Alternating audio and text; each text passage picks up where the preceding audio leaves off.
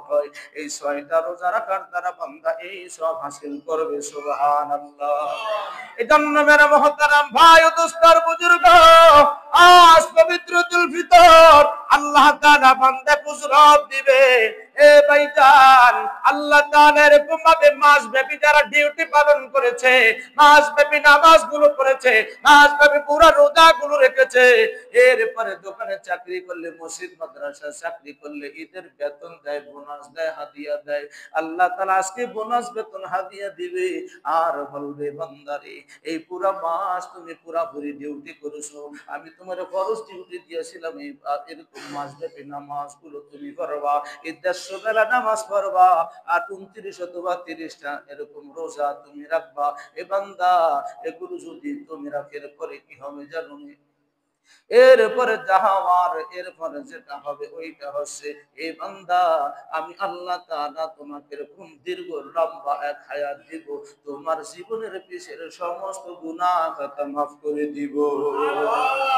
এ বান্দা, আজ এই মাস ব্যাপী আমি কত মুর্জিকানদেরকে এরকম আযাব মুক্ত করে রেখেছি। আমি 1 মাসের জন্য তাদেরকে আযাব দেই নাই। যারা 11 মাস আযাবের মধ্যে গ্রেফতার ছিল, রমজানের চাঁদ উদিত হয়েছে, আমি আযাব বন্ধ করে দিয়েছি, আযাব স্টপ করে দিয়েছি। হে বান্দা, এর মধ্যে দেখো তোমার দাদা আছে, দাদি আছে, তোমার নানা আছে, তোমার নানি আছে, তোমার বাবা মা আছে, এরকম ভাবে তোমার আত্মীয় স্বজন আছে। এ বান্দা, আমি আল্লাহ তাআলা আজকে ঈদের পরে আবার যাদেরকে চির ক্ষমা করি নাই, 1 মাসের ক্ষমার ঘোষণা করেছি, এদেরকে আমি আবার আল্লাহ তাআলা হ্যান্ডকাপ পরাবো, হ্যান্ডকাপ পরাইয়া আমি আবার তাদের 11 মাসের মতো জাহান্নামের মধ্যে ঢুকাবো। নাউজুবিল্লাহ। এজন্য ভাই ও দোস্তার বুজুর্গ, নবীজি হাদিস শরীফের মধ্যে বলেন, হে আমার উম্মত, এই রমজান পাইলা তোমার বাবা মাকে জান্নাতের মেহমান বানাইতে পারলা না, রমজান পাইলা তোমার বাবা মাকে জান্নাতে দাখিল করাইতে পারলা না, ধ্বংস হইয়া যাও। আমিন বলেছে নবীজি। হে বান্দা, রমজান পাইলা এরকম ভাবে কি করলা না, তুমি জান্নাতের মেহমান হতে পারলে না।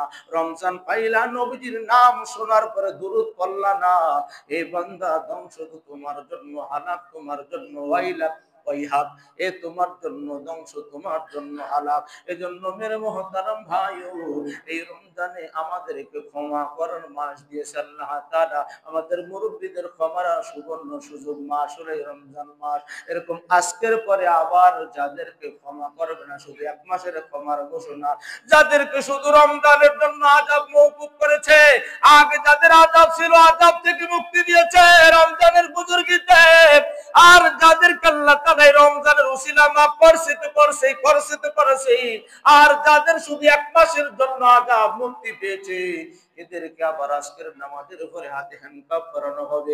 জানা নাই আমার বাবার হ্যান্ডকাপ পরায় কিনা, মায়ের হ্যান্ডকাপ বাবার পরাইয়া জাহান্নামের মধ্যে পাঠাইয়া দেয়। এজন্য নবীজি বলেন, উম্মত, আজ তুমি আখিরি মোনাজাতে তোমার গুনাহের জন্য তুমি রোনাজারি করবা, কান্নাকাটি করবা। তোমার বাবা মা কবরে আছে, বাবা মার আযাব হয়েছিল না আযাব হয়েছিল জানি না। হে বান্দা, হে বান্দা রে, তোমার বাবা মার মাগফিরাতের জন্য এরকম ভাবে আখিরি মুনাজাত করো। আজকের মুনাজাতের পরে আমি আল্লাহ তাআলা যাদের মাফ করার তো মাফ করবই, যাদেরকে মাফ করব না এদেরকে আবার আযাবের মধ্যে পাঠাই দেব। নাউজুবিল্লাহ।